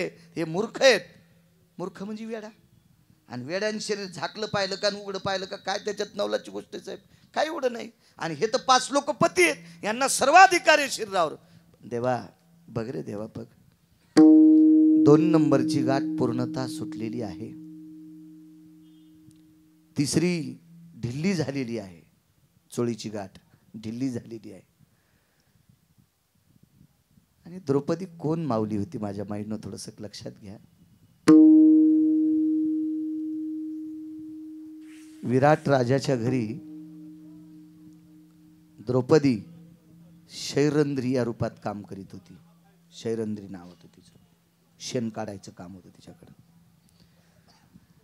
पण कौरवाच्या कानावर एका चिकित्सक व्यक्तीने वार्ता दिली, अर्जुनाच्या अंगावरचे रोम कृष्ण म्हणतात, पण अर्जुनाच्या अंगावरचे रोम जर जमिनीवर पडले तर कृष्ण म्हणत नाहीत. पण द्रौपदीच्या अंगावरचे रोम नुसते कृष्ण म्हणत नाहीत, डोकं इंचरताना जेवढे केस खाली पडतील ती जागा पण कृष्ण म्हणत होती. महाभारतात बघायचं नाही बरं हा पुरावा, हा दुसऱ्या पुराणात बघायचा. दुसऱ्या पुराणात महाभारत पाहिल्यावर पुन्हा तुम्ही म्हणताल गिरगावच्या बाळू महाराजांनी कशातलं सांगितलं. त्याच्याकरता मी आताच वकालत करतोय, दुसऱ्या पुराणात पहा. तर त्या चिकित्सक व्यक्तीने सांगितलं, दुर्योधना द्रौपदी सापडायचं एकच कारण आहे, ज्या राज्यामध्ये द्रौपदी असेल त्या राज्यातले उकिरडे तपासा. केर टाकायचं ठिकाण असतं, तुम्ही त्याला कचरा म्हणता. आता तुम्हाला टाकायला तुमच्या दारातच गाडी येते. त्या काळात गाड्या येत नव्हत्या ना, डोक्यावर घेऊन केर उकिरड्यात टाकावं लागायचा. तर महाराज ज्या वेळेला पांडव हे विराटाच्या घरी गेले त्यावेळेला कृष्ण परमात्म्याने द्रौपदीला सांगितलं होतं, ज्या जागेवर डोकं इंचरशील ती जागा सेनाचा गोळा हातात घेऊन ती जागा नुसती अशी हे करायची. म्हणजे सगळे डोक्याचे रोम इंचरलेले त्याला चिटकावा आणि गौरी वाळल्याच्या नंतर ती पेटून द्यायची. एकही डोक्याचा रोम केस उकिरड्यात जाता कामा नये. काय गौसल महाराज, बुद्धिदाता तिच्या पाठीमागं होता आणि ती काय सापडू देतो का?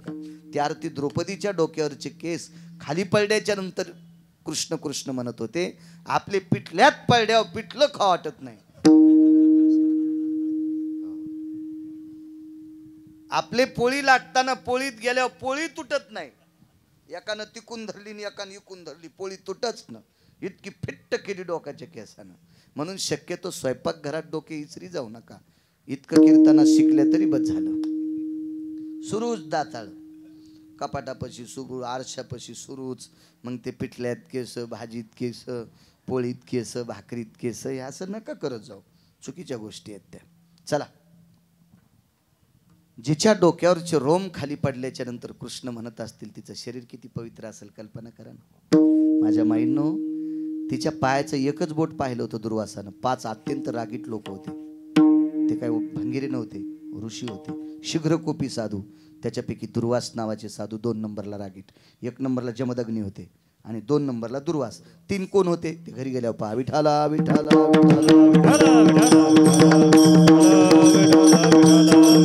5 साधू अत्यंत रागीट. त्याच्यापैकी दुर्वास नावाचे साधू 60,000 शिष्य घेऊन गेले.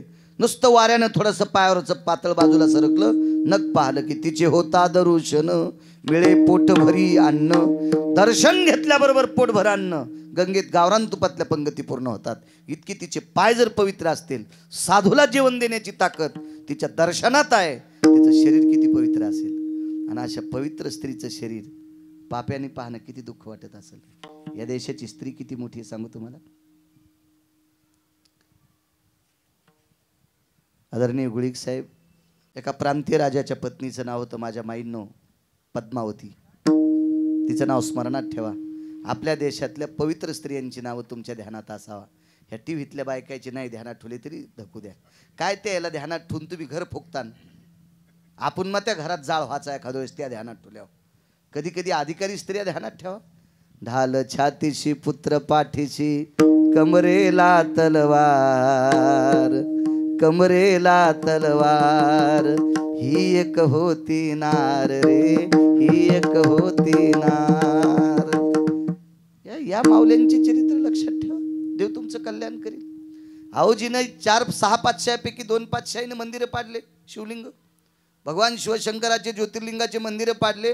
त्या मंदिराचा जीर्णोद्धार जिनं केलाय. आज तिच्या हातावर शिवलिंग असल्याशिवाय तिचं प्रतिमा नाही. ती अहिल्याबाई लक्षात ठेवा. अशा पवित्र स्त्रिया ध्यानात ठेवा ना. देव तुमचं कल्याण करेल. आहोजीने या देशाला तारा दिलाय.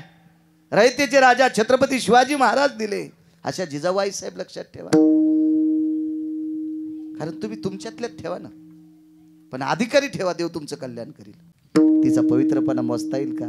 आणि तिचं शरीर उघडं पाहत असताना किती दुःख वाटत असेल तिला. काय वाटत असेल त्या द्रौपदीला.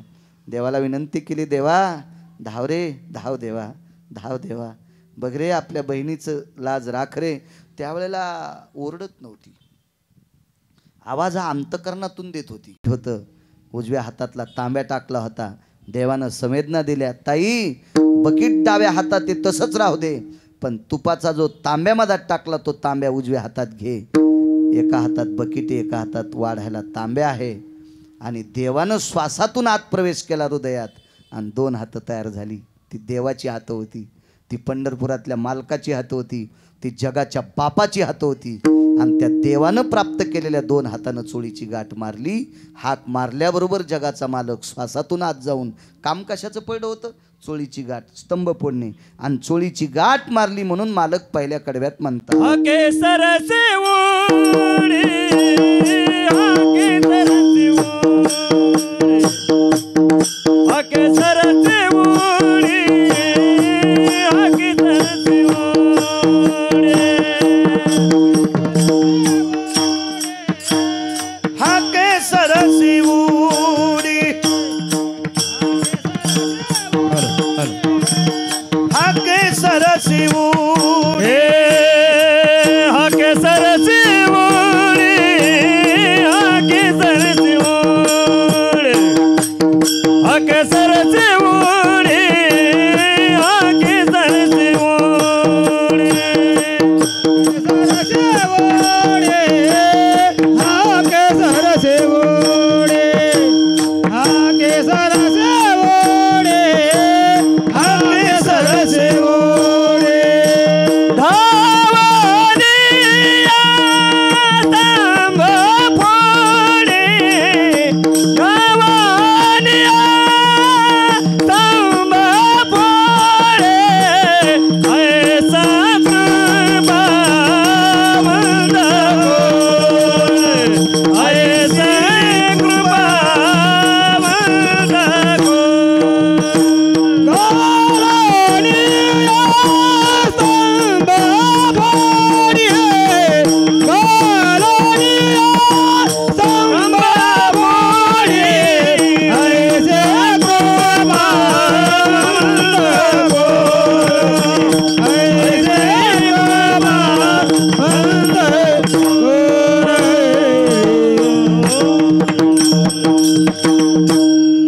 केसर शिवडी घालोनिया स्तंभ फोडी. हाक मारल्याबरोबर द्रौपदी करता धावली.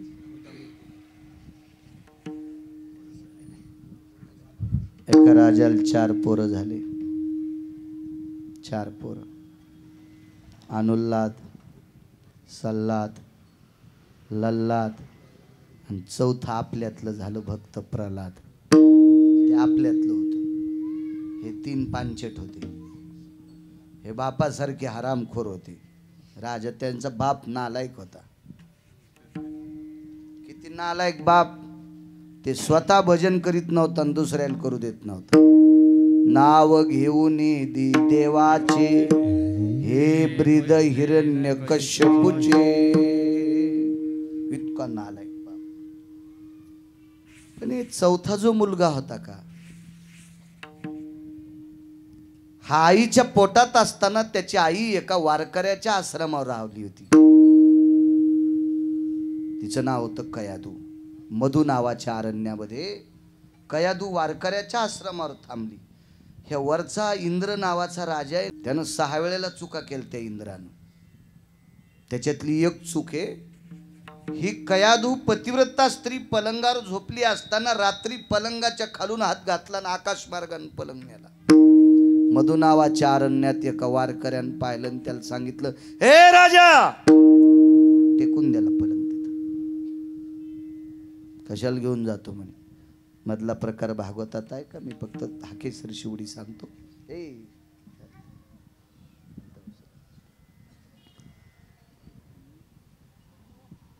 वारकऱ्याच्या सानिध्यात होती. तो किती मोठा वारकरी सांगू तुम्हाला. आपण नंतर वारकरी झालो. वारकरी संप्रदायाची स्थापना ज्यांनी केली त्यांनी यांना जवळ घेतलं होतं. वारकरी संप्रदायाची स्थापना केली भगवान शिवशंकराने. एका जनार्दनी वैष्णव आणि शिरोमणी महादेव. आणि भगवान शिवशंकरानं भजन सुद्धा तीच परंपरा आहे, भजन करी महादेव. हे मृदंग नावाचं वाद्य शंकराचं आहे. शंकरानं आरक्षित केले वाद्य. भगवान शिवजी म्हणले वारकरी संप्रदायात वाद्य कोणतं पाहिजे तर पकवाज पाहिजे. शिवशंकरानं शिक्कामोर्तब केलेलं. मग शिवजीला भजन करण्याचा नाद होता,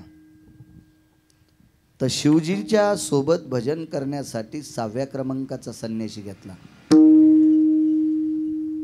त्या संन्याशाचं नाव आहे नारद. सुरनर किन्नर नारद तुंबर गाती निरंतर रे. सुरनर किन्नर नारद तुंबर गाती निरंतर रे. माधवा मुरली मनोहर रे. माधवा मुरली मनोहर रे. सुरनर किन्नर नारद तुंबर गाती निरंतर रे. नारद हे भजन क्षेत्रामध्ये आधारी होते. सांब गायन करी नारद तुंबर. सांब गायन करी. सांब म्हणजे भगवान शिवशंकर.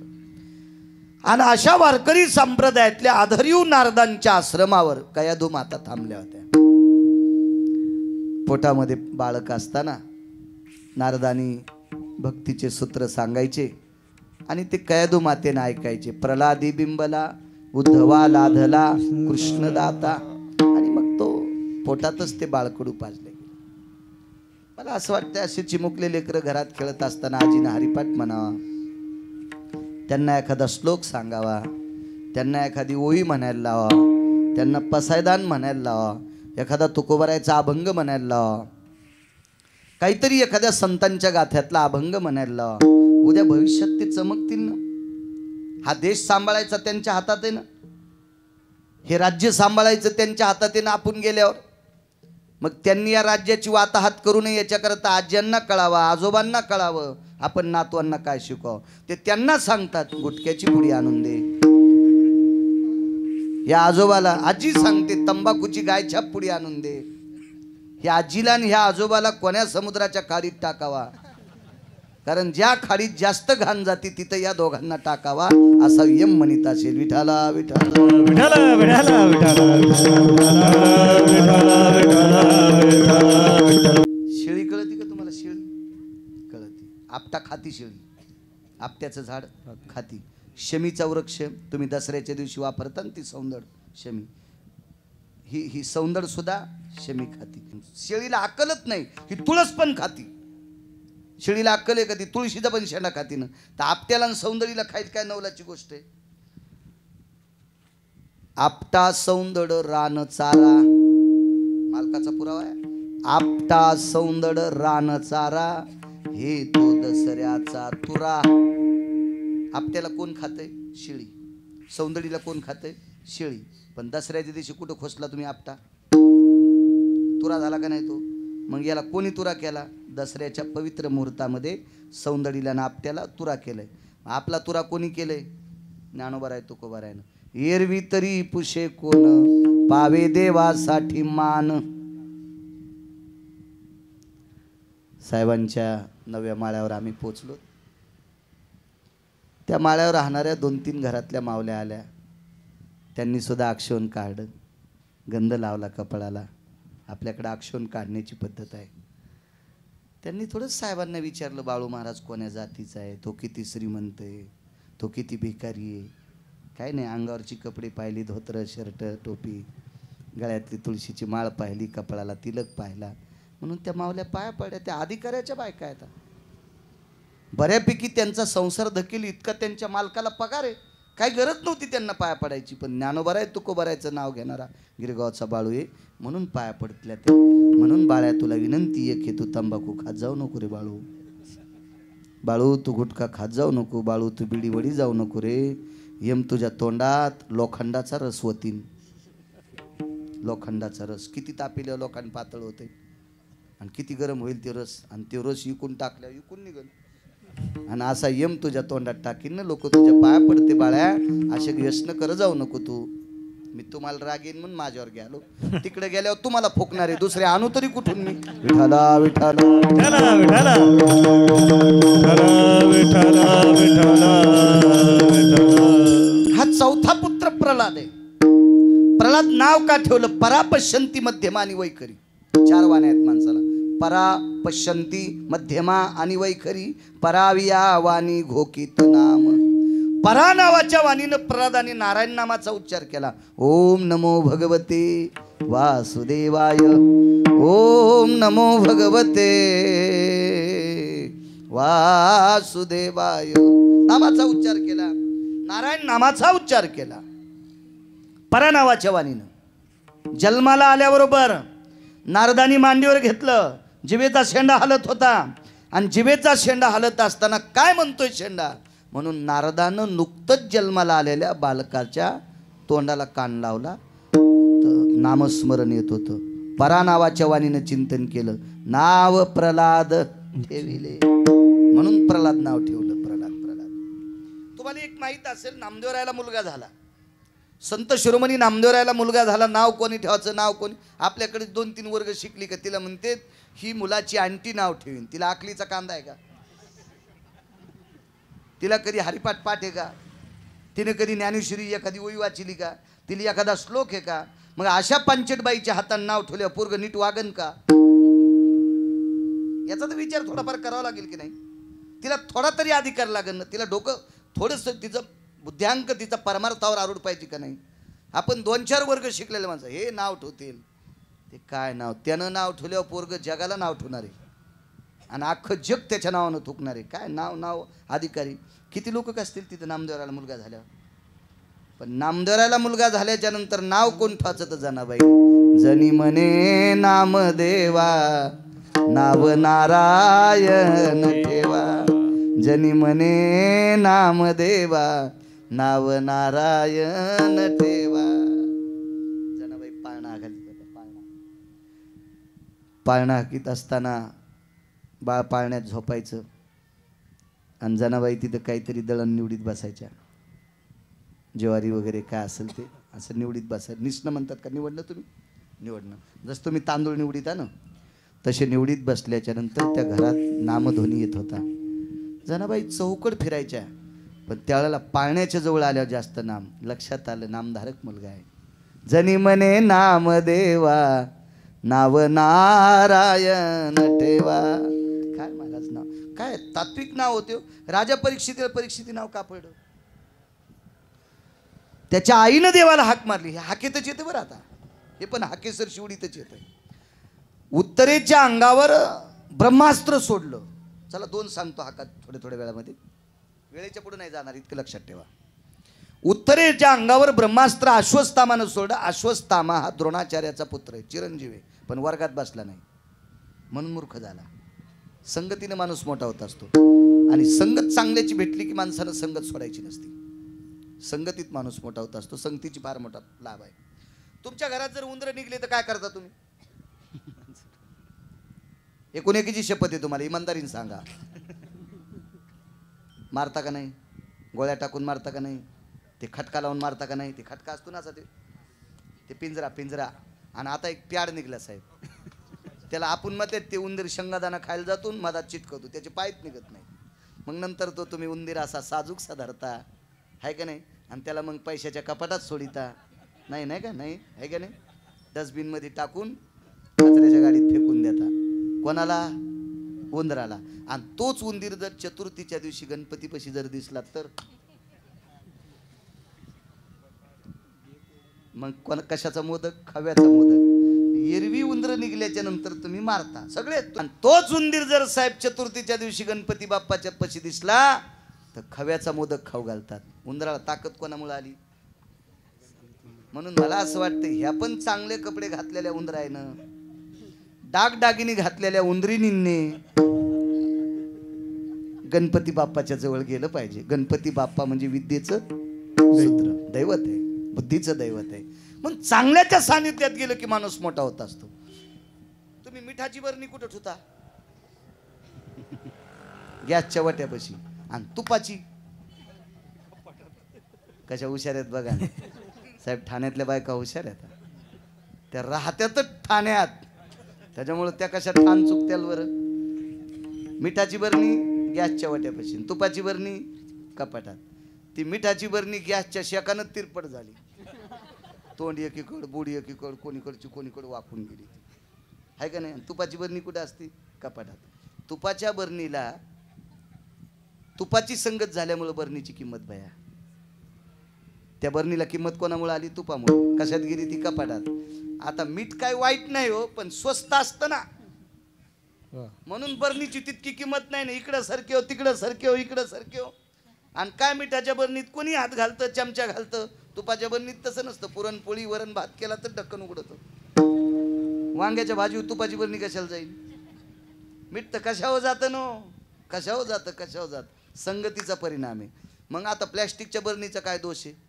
तिनं जर तुपाची संगती केली तर तितकं इतकं वजन वाढतंय. तर ह्या जिवंत बरणीनं जर चांगल्याची संगती केली तर किती वजन वाढन याचा विचार करा ना तुम्ही. संगती चांगल्याची असाल, चांगल्याची. अश्वत्थामा चिरंजीव आहे, पण संगती नव्हती चांगल्याची. मूर्ख लोकांची संगत. 24 लोक नालायक आहेत महाभारतात साहेब, त्याच्यापैकी एक अश्वत्थामा पण आहे. ब्रह्मास्त्र अश्वत्थाम्याने सोडलं उत्तरेच्या अंगावर. उत्तरेनं भगवंताचा धावा केला. भगवंताने सूक्ष्म रुद्रला ओठातून प्रवेश केला आणि गर्भकमळामध्ये जगाचा मालक जाऊन सुदर्शन फिरत होतं. ब्रह्मास्त्र विलीन झालं. 9 महिन्याच्या नंतर बाळाचा जन्म झाला. आणि उत्तरेनं लक्षात घेतलं, उत्तरा म्हणजे अर्जुनाची सून आहे. उत्तरा म्हणजे अभिमन्यूची पत्नी आहे. अर्जुनाची सून आहे, अभिमन्यूची पत्नी आहे. पंढरपुरातल्या मालकाची भाची सून आहे. अभिमन्यू हा पंढरपुरातल्या मालकाचा सक्का भाचा आहे आणि सख्खी भाची सून आहे. काय नाता असेल गोडो. मामे सासरे किती मोठे होते तिचे. जगाचा कारभार सांभाळायची ताकद जिच्या मामाते, मामे सासरे ते काय ताकद. आणि मग 42व्या दिवशी पंढरपुरातल्या मालकाच्या मांडीवर पोरगं दिलं. नाव काय ठेवायचं तर ते चुटक्या वाजित होतं. त्याची आई म्हणली, प्रभू एक विचारू, मी याला जन्म दिलाय पण माझ्याकडे बघून चुटक्या वाजित नाही, तुमच्याकडे कसं काय वाजित आहे? ते म्हणले, चुटक्या नाही वाजवलं, मला ओळखायले, मला ओळखायले. हा पोटात असताना मी याचं संरक्षण केलं, यानं मला मध्ये पाहिलं आणि संरक्षण करणारा मीच आहे अशी यानं खरोखर परीक्षा केली. इति नाम परीक्षिती. हा त्रोटक पुरावा सांगितला. अजून परीक्षितीचे 6 आकार नाहीत. पुन्हा कधी योग. बापाला सहन झालं नाही मुलाचं भजन केलेलं. मुलाला विचारलं, का रे भजन का करतो? करणार म्हणले भजन. भजन करू नये म्हणून एका शाळेत टाकला. ती शाळा भजनाच्या विरोधातली होती. तिथले मास्तर होते षंड आणि आमर्क. त्या गुरुजींचं नाव काय होतं? षंड आणि आमर्क. ते धर्माच्या बाहेरचं काम करायचे. मंदिरं पाडून टाका, मंदिराला किलूप लावा, गंगेत आंघोळ करायची नाही, कपाळाला गंध लावायचा नाही, गळ्यात तुळशीची माळ घालायची नाही, त्रिशूळ लावून ठेवायचं नाही, असं शिक्षण देणारे होते ते. पण याच्याकडे इतकी बुद्धी होती, याला नारदाचा प्रसाद लाभला. एके दिवशी गुरुजीने त्याचा कान पिळल्याबरोबर याच्या कानातून गुरुजीच्या हातात करण गेलं आणि गुरुजीत म्हणू लागले, श्रीकृष्ण गोविंद हरे मुरारे हे नाथ नारायण वासुदेव. श्रीकृष्ण गोविंद हरे मुरारे हे नाथ नारायण वासुदेव. नामाची शक्ती मोठी झाली, भक्तीची शक्ती प्रबळ आहे. महाराज, भक्तीच्या शक्ती इतकी जगात शक्ती कोणती नाही. धरीला पंढरीचा गळा बांधून या दोर. देवाला बांधता येतं का? नाही, पण भक्तीच्या बळावर. होय भक्ती केला पूर्वी धरावी ती इच्छा. भक्तीची ताकदच इतकी मोठी महाराज. आणि मग तशी सांगितलं, मी नाही ऐकणार, मी करणार भजन. उंच कड्यावरून ढकललं, सर्वांना ज्ञात भाग. खूप प्रयत्न केले, हत्तीच्या पायाखाली तुडवलं, 21वा प्रयोग केला त्याच्या आत्यानं. आत्याला नालायक होती प्रल्हादाची. विश्वात 6 लोकायला आत्या मूर्ख भेटल्या. पुन्हा कोणाला भेटल्या सांगता येतील. तुम्ही म्हणताल तुला कशाला बोलले. आम्हाला सांगायचं असतं तर मग तुला बोललंच नसतं ना. परभणून इतक्या लांब तुला बोललेच कशाला. तुला सांगायलाच बोलले ना. अशा हुशार आता. पण मी पण एकच आत्या सांगणार आहे. मी थोड्या गोत्या घातल्या सगळ्या आत्या सांगायला तुमच्या. प्रल्हादाची आत्या 1 नंबरला मूर्ख साहेब. तिला अग्नी प्रसन्न होता. त्या आत्याचं नाव सांगता येईल तुम्हाला. हे पुढचं नाव झालं. हे होळीच्या दिवशी जळाली म्हणून होलिका नाव. मागचं सांगता येतं का. कोणी म्हणते द्रोणागिरी नावाचा पर्वत आणला बरं का. पण द्रोणागिरी पर्वताचं मागचं काय नाव होतं सांग ना सोमळ्या. तू रामायण सांगतो ना रे. माणसं मारतो का रे. द्रोणागिरी नाव कधी पडलं. शबरीनं 2 द्रोण बोरं काढले. 1 बोराचा द्रोण दिला प्रभू रामचंद्राला. 1 द्रोण दिला लक्ष्मणजीला. आता मालक आहेत. न म्हणे उच्चिष्ट आत्वा थोडे. तू का म्हणे भक्ती पुढे. शबरीनं बोरं ज्या वेळेला टोकरले ते नखान नव्हते टोकरले. असेल का तिला पेस्ट हो. तुम्ही जे ब्रश वापरता ते असतील का. नमुन्याच्या त्या ट्यूब असतील का. काय नाही. लिंबाच्या काडीनं दात घासायची. महाराज देवाला या शरीराशी संबंध नाही. देवाला आतल्या शरीराशी संबंध. हो त्याला ते लागते. गवळीयाची ताक पिरे कोण पोरे चांगली. काय त्याला. आणि ती बोरं अशी टोकली. आता लक्ष्मणजीनं वरच्या शरीराचा विचार केला. काय हिचे दात लागलेली बोरं कसे खा. आमच्या लक्ष्मणजीनं तसंच नाटक केलं. बोलत पर्णकुटीच्या बाहेर गेले आणि मागं जाऊन द्रोण फेकून दिला. कोण्या पर्वतावर पडला. द्रोण कोण्या पर्वतावर पडला. द्रोणागिरी द्रोण पडड्याव झाला माझ्या माईनो. द्रोण जिथं फेकला का त्या पर्वताला द्रोणागिरी नाव पडे. पण द्रोण फेकायच्या अगोदर काय नाव होतं उद्या दिवसभरात वाचा. विठाला विठाला विठाला विठाला विठाला. मला महात्मे सापडे वैकुंठवासी माधव महाराज मगर धर्मभास्कर वक्ते बाबा महाराज. हे पुराणातले बादशाह होते. बादशाह. त्याच्यानंतर असा किस काढा वाटतो पुराणाचा. नुसतं पुराण पाहते. नुसतं पुराण. मला संत चरित्र आणि पुराण या 2 गोष्टीच्या व्यतिरिक्त विश्वातलं काही आवडत नाही. विठाला विठाला. तिचं नाव आहे शिविका. तिच्या नवऱ्याचं नाव सांगता येईल. त्याचं नाव होतं विप्रचिती नावाचा राक्षस. लक्षात ठेवा. आपल्या संस्कृती आपल्याला लक्षात असावा. आपल्या पुराणातले पाडे आपल्या लक्षात असावं माझ्या माईंनो. चला. तिला अग्नी प्रसन्न होता. नसके बुवा अग्नीत हात घातला की ती जळत नव्हती. जळत नव्हती. होळी साहेब जळत नव्हती. ती अग्नी प्रसन्न होता. पण चांगले काम करत असताना अग्नी प्रसन्न. वाईट काम करताना कसं अग्नी प्रसन्न होईल. भावाला सांगितलं 20 प्रयोग केले मुलगा मेला नाही. आता 21वा प्रयोग मी करते. गावाच्या बाहेर सरपंच जमा कर. गवऱ्या जमा कर. लाकडं जमा कर. ज्वलनशील पदार्थ जमा कर. त्याचा ढीक कजला. त्याच्यावर बसली आणि प्रल्हादाला मांडीवर घेतली. बांधा तारेनं. ते मला बांधूच नको. मी तुला सोडितच नाही. आत्याला पक्क धरलं भाषानं. पेटून दिलं. बहीण भावाला म्हणली दादा तुला पोरग जळताना पहाटायचं ना. तू घरी जाय. भावाला काढून दिलं. अग्नी पोळू लागला. बोंबलू लागली. म्हणलं आत्या रडू नको. थोडंफार पोळतच असतंय. रडू नको. जरासं पोळतच असतंय. आत्याची राग झाली. महाराज भक्ताच्या सानिध्यात जळाली म्हणून जगदंबा प्रसन्न प्रगटली. म्हणून तिच्या अंगाची ती राख होळीच्या दिवशी आपण गंध म्हणून कपाळाला लावतो. चला त्याचे दुसरे कारण आहेत. पुन्हा आपल्याला फक्त हा केसरची उडी बघायची. वडीला आले म्हणले प्रल्हाद आत्या. म्हणलं पहाटच्या एसटीने निघून गेल्या. सकाळच्या 4च्या रेल्वेनेच गेल्या. अरे त्यांना लुगडं घेतलं नाही. मी म्हणलं होतं ठाण्यातून ते लुगडं आणतील तुम्हाला. पण त्या म्हणल्या जाऊ द्या आता पुढच्या वेळेला 2 लुगडे नेसन. आत्या निघून गेल्या. बापाने विचारलं निघून गेल्या म्हणजे. म्हणलं वरी गेल्या. कस काय गेल्या. जळाल्या. अग्निप्रसन्न. म्हणलं वाईट काम करताना अग्निप्रसन्न असतो का. बापाने विचारलं तू देव तरी कुठे. विठ्ठल जळी स्थळी भरला रिता ठाव नाही उरला. आज म्या दृष्टीने पाहिला विठ्ठलची विठ्ठल जळी स्थळी काष्टी पाशानी. सर्वत्र देव आहे. कणाकणात देव आहे. खांबावरी लात मारिली दुर्जने. स्तंभी नारायण प्रगटला. अकराळ विकराळ रूप प्रगट झाला. विज्ञानानं किती शहाणपणा केले. वासरूप प्रगट होईल. डोकं शिवाचे. शरीर माणसाचे साहेब. आणि हात अस्वलाचे आहेत. पारणी रिसायाम शिरसादी केशरी काया ती मानवीन तनु येती गंधा रूपे शित्रिपयो भयती संगा पारणी रतिरिसायम तनु याती काया येतो ती मानवी सकला स्थितायाम शिरसा जयो योनी केशरी ती पावू. केशरी म्हणजे शिवाचं डोकं आहे, काया शरीर मानवाचं आहे आणि हात रिष म्हणजे अस्वलाचे रूप प्रगट केलं. विदारोनी दैत्यपान प्रेम पाना पाजिला पांडुरंगे येयो पांडुरंगे जीवाचे जीवलगे येयो पांडुरंगे विदारोनी दैत्य प्रेम पाना पाजिला. हाक मारल्याबरोबर देव आले. शुष्क काष्टी गुर गोरे नाजहारे नगरेता पाचारेला सरसारावे ऐसी सवे बराडे. शुष्क काष्टी गुर गोरे नाजहारे नगरेता पाचारेला सरसारावे ऐसी सवे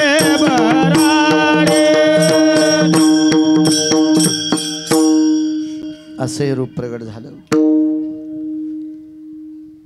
भगवंताला ज्या वेळेला या हिरण्यकश्यपूला मारलं का त्याचं रक्त विषारी होतं. नामावी नमुख सर्पाची ती बिळ आणि जिव्हा नवे काळ सर्प आहे. ज्याची जीभ देवाचं भजन करत नाही ती सर्पिने. मग जीभ सर्पिन म्हणलं अंगातलं रक्त कोणी विष आहे. देवाच्या नखाला लागलं हात झटकिले साहेब. हिवरावर पडलं. हिवराची दाट सावली सज्जने वाळिली.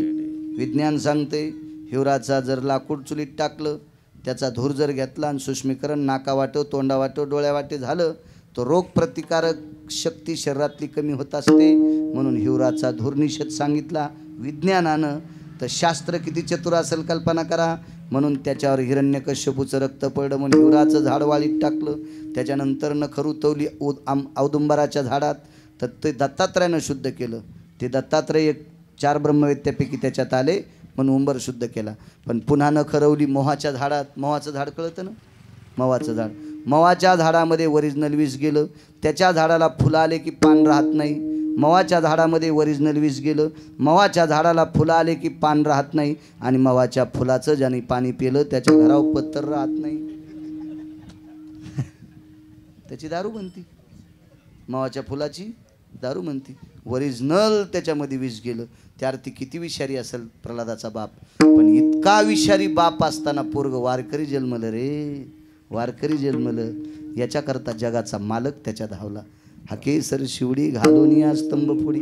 इतक्यान नाही झालं महाराज, इतक्यान नाही. प्रल्हादाने देवाला विचारलं, देवा राक्षसाच्या कुळातला आहे पण वारकरी आहेस, आलास ना बापाला मारलंस, आमचं काय काम ताण घेऊ नको, 4थ्या पिढीत उद्धार करी. हिरण्यक्ष हिरण्यकश्यपू शशुपाळ आणि वक्रदंत रावण आणि कुंभकर्ण 3 पिढ्या आटपल्या की मग मात्र उद्धार तर केलाच. आम्हा राक्षसाच्या कुळाला कोण किंमत देईल. तुझ्यासारखा प्रल्हाद ज्या कुळात जन्माला आला त्या कुळातली सून मी करीन. प्रल्हाद, विरोचन, बळी, बाणासुराला उषा आणि उषा पंढरपुरातल्या मालकानं अनिरुद्ध नावाच्या मुलाला करून घेतली. अनिरुद्ध हा पंढरपुरातल्या मालकाचा मुलगा आणि अनिरुद्ध नावाच्या मुलाला उषा नावाची मुलगी करून घेतली. ही भक्त प्रल्हादाच्या वंशातली पोरगी होती. महाराज एक वारकरी जन्माला हाकेला धावला, नवल नाही वंश पुनीत करून टाकला. ही वारकऱ्यातली ताकद आहे. विठोबार कुमार